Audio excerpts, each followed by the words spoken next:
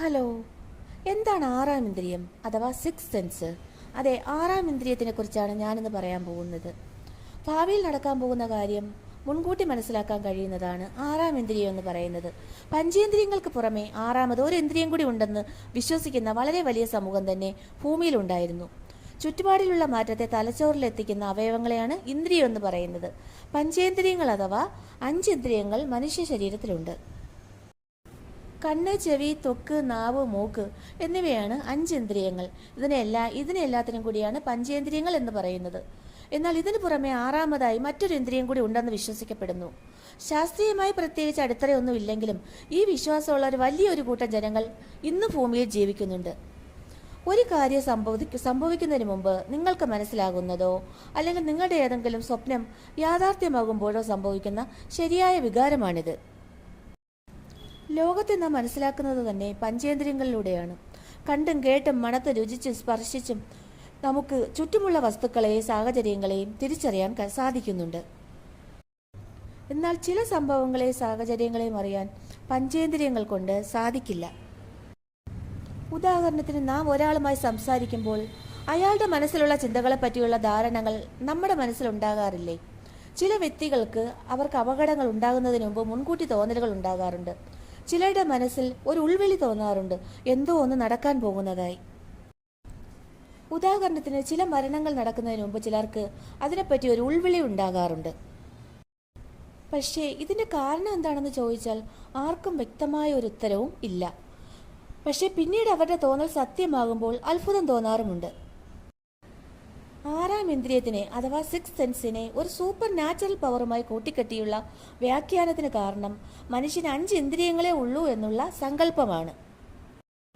ഈ 5 ഇന്ദ്രിയങ്ങൾക്ക് പുറമെ നമ്മുടെ തലച്ചോറിൽ എന്തെങ്കിലും എത്തുന്നുണ്ടെങ്കിൽ അതാണ് സൂപ്പർ നാച്ചുറൽ പവർ എന്നാണ് വിശ്വാസം. അപ്പോൾ ആറാം ഇന്ദ്രിയം എന്ന് പറയുന്നത് നമ്മുടെ തലച്ചോറ് അഥവാ ബ്രെയിനാണ്. അപ്പോൾ ആറാം ഇന്ദ്രിയം എന്ന് പറയുന്നത് ഉടൻ നടക്കാൻ പോകുന്ന കാര്യങ്ങൾ ഒരു ഉൾവിളിയായി നമ്മുടെ തലച്ചോറ് തന്നെ നമ്മളോട് പറയുന്നതാണ്. ആറാം ഇന്ദ്രിയം അഥവാ സിക്സ് സെൻസിന് ഉദാഹരണങ്ങളാണ് ഇൻഡ്യൂഷൻ അഥവാ അവബോധം, ടെലിപ്പതി അഥവാ അന്യചിത്ത ജ്ഞാനം അഥവാ ഇന്ദ്രിയ സഹായമില്ലാതെ മറ്റൊരാളുടെ മനോഗതം സ്വമനസ്സിൽ ഉദിക്കൽ, ക്ലയർബോയാൻസ് അതീന്ദ്രിയ ജ്ഞാനം അഥവാ ദൃഷ്ടിഗോചരമല്ലാത്തവയെ കാണുന്നതിനുള്ള ശക്തി, പ്രകോഗ്നിഷൻ ഭാവിയിൽ നടക്കാൻ പോകുന്ന കാര്യങ്ങളിലെ അറിവ്.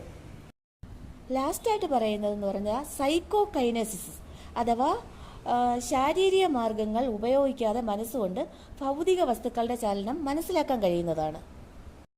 സിക്സ് സെൻസിനെ പ്രമേയമാക്കി ഹോളിവുഡിൽ സിനിമ ഇറങ്ങിയിട്ടുള്ളതുപോലെ മലയാളത്തിലും ഇറങ്ങിയിട്ടുണ്ട് അയ്യർ ദി ഗ്രേറ്റ്. ഭദ്രൻ സംവിധാനം ചെയ്ത ചിത്രത്തിൽ മമ്മൂട്ടിയാണ് നായക കഥാപാത്രം ചെയ്യുന്നത്.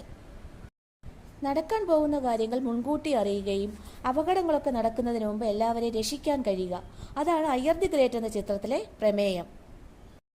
കാലത്തെ മുൻകൂട്ടി കാണുന്നയാൾ അതിനെ സൂചിപ്പിച്ചുകൊണ്ടായിരിക്കാം സിനിമ തുടങ്ങുന്നതിന് മുമ്പ് തന്നെ ഘടികാരം കാണിക്കുന്നുണ്ട്, അതായത് ക്ലോക്ക്. കാലത്തെ മുൻകൂട്ടി കാണുന്നയാൾ എന്നതിനെ സൂചിപ്പിക്കുന്നതാണ് ഈ ക്ലോക്ക്. വൈകുണ്ഠ സൂര്യനാരായണ അയ്യർ എന്ന കഥാപാത്രമാണ് മമ്മൂട്ടി ചെയ്തത്. നടക്കാൻ പോകുന്ന കാര്യങ്ങൾ മുൻകൂട്ടി മനസ്സിൽ തോന്നുകയും പിന്നീട് അത് ജീവിതത്തിൽ നടക്കുകയും ചെയ്യുമ്പോൾ നമുക്ക് അത്ഭുതങ്ങൾ തോന്നാറുണ്ട്. പക്ഷേ പിന്നീട് നാം അത് ആരോടെങ്കിലും പറഞ്ഞാലോ ആരും വിശ്വസിക്കുകയുമില്ല. ഒരുപക്ഷെ നമ്മുടെ എല്ലാവരുടെയും ഉള്ളിൽ അങ്ങനെ ഒരു ശക്തി ഉണ്ടായിരിക്കാം, പക്ഷേ നാം ആരും അത് തിരിച്ചറിയുന്നില്ല എന്ന് മാത്രം.